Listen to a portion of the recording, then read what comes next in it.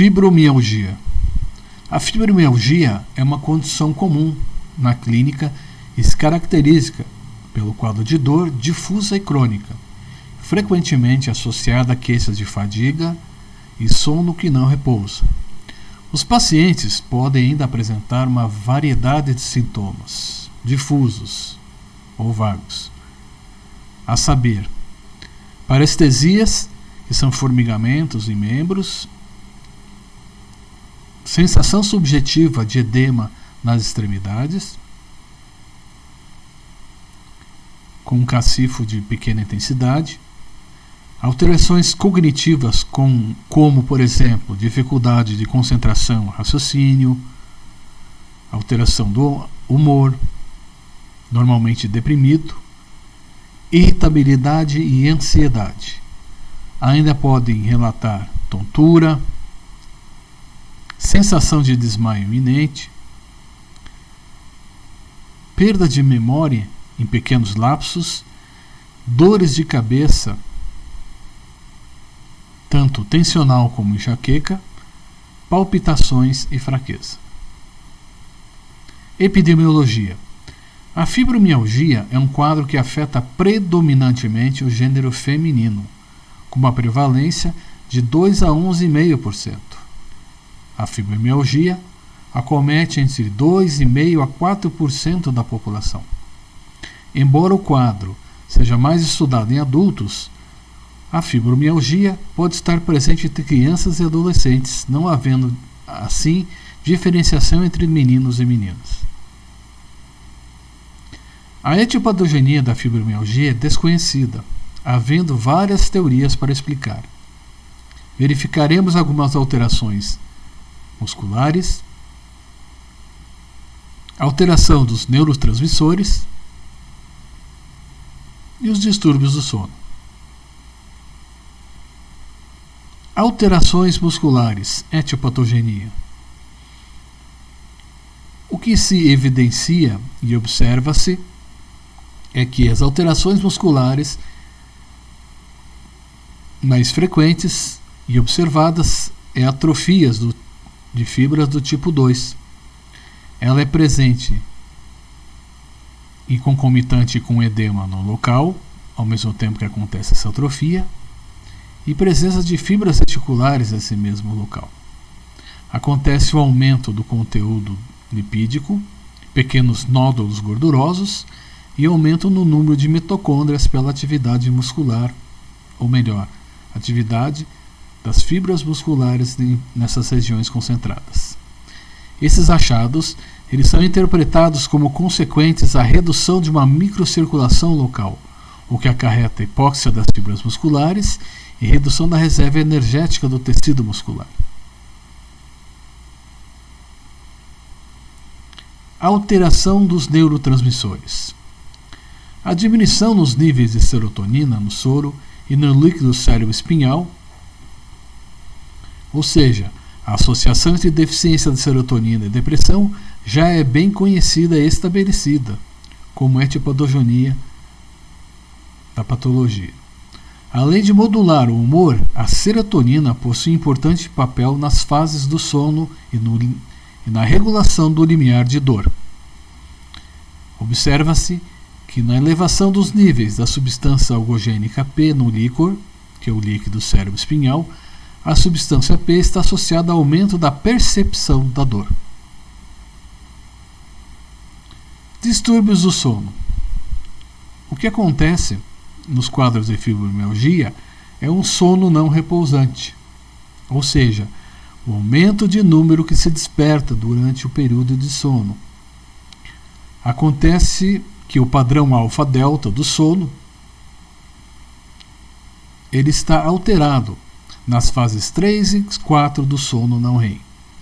Existe uma correlação positiva entre quantidade dessas ondas alfa durante o sono de ondas lentas e a queixa do sono não restaurador e queixas dolorosas.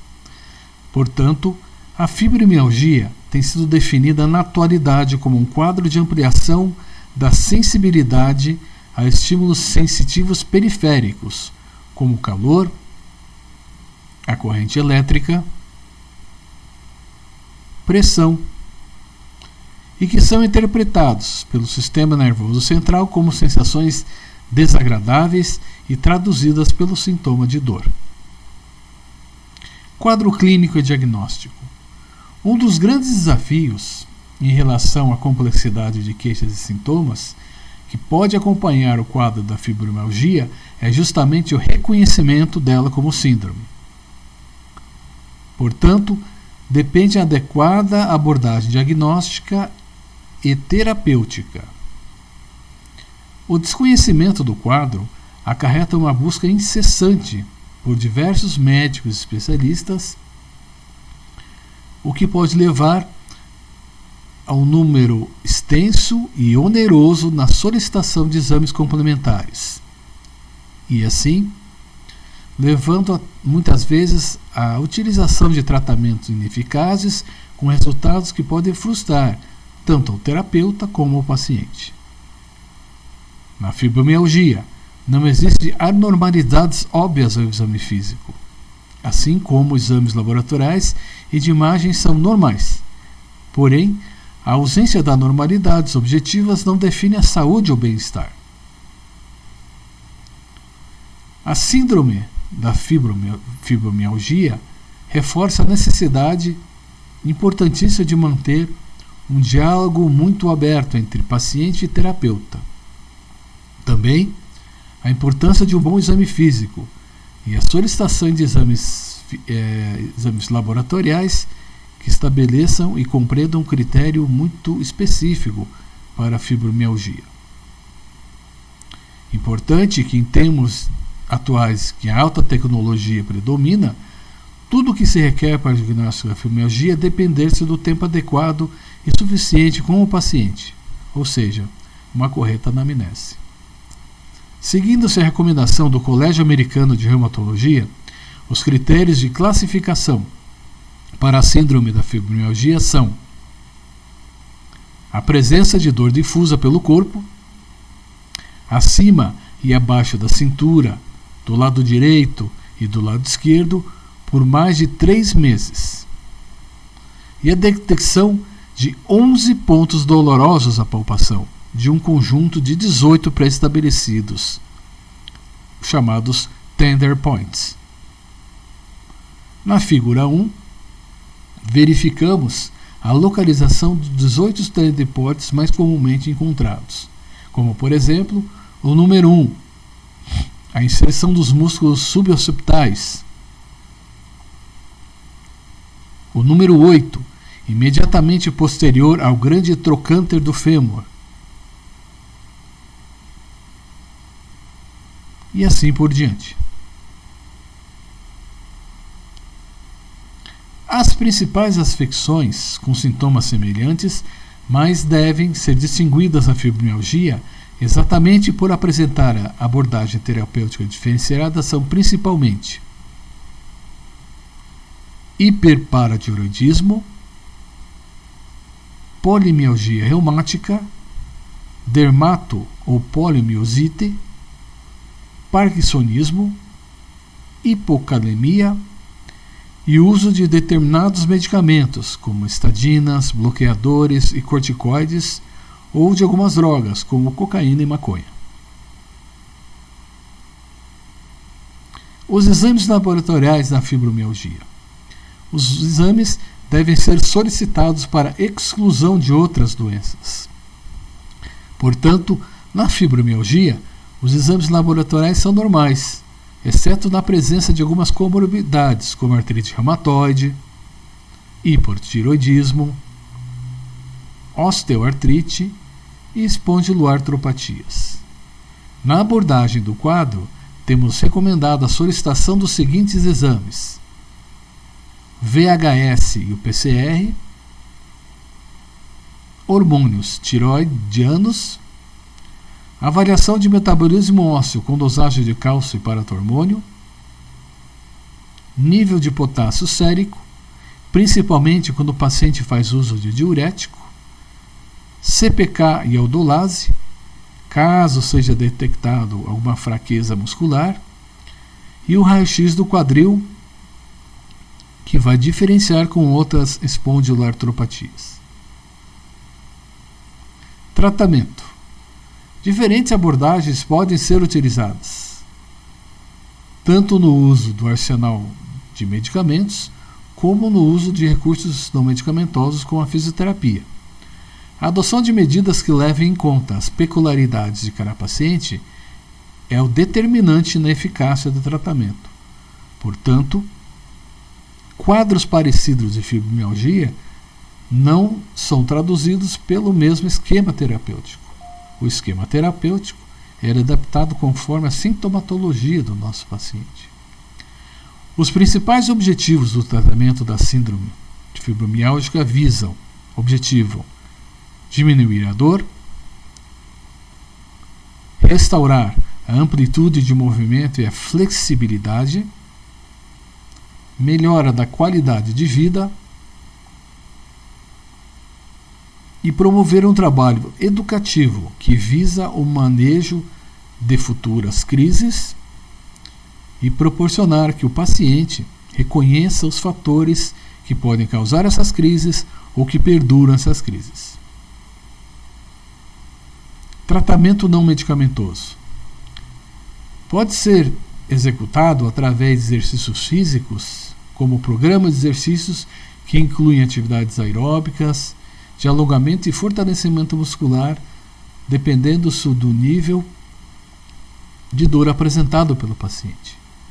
Exercícios utilizados para condicionamento vascular também podem induzir uma melhora significativa da dor, como caminhadas, bicicleta ergométrica e esteiras. A acupuntura tem sido, nos últimos anos, um importante recurso que demonstra resultado importantíssimo de analgesia.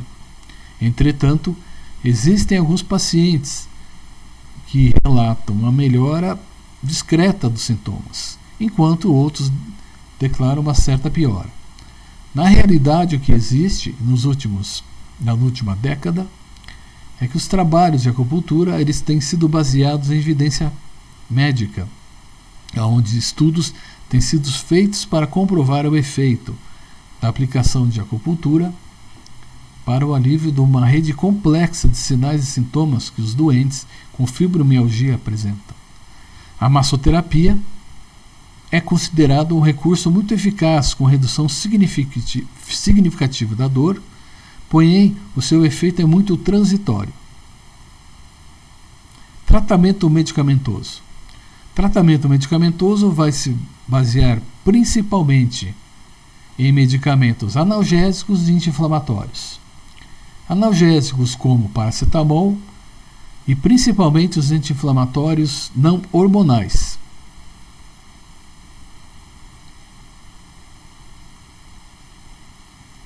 Portanto, os não hormonais eles são importantes porque eles conseguem mobilizar de uma maneira muito interessante os quadros geradores de dor periférica. Um dos sintomas também que pode acontecer são as alterações cognitivas, alteração de humor, alteração de memória, como já vistas anteriormente, e nesse sentido as drogas antidepressivas não têm um papel muito definido nesse quadro. Porém, sabe-se que os antidepressivos reduzem os sintomas de dor e fadiga durante o tratamento somente a curto prazo.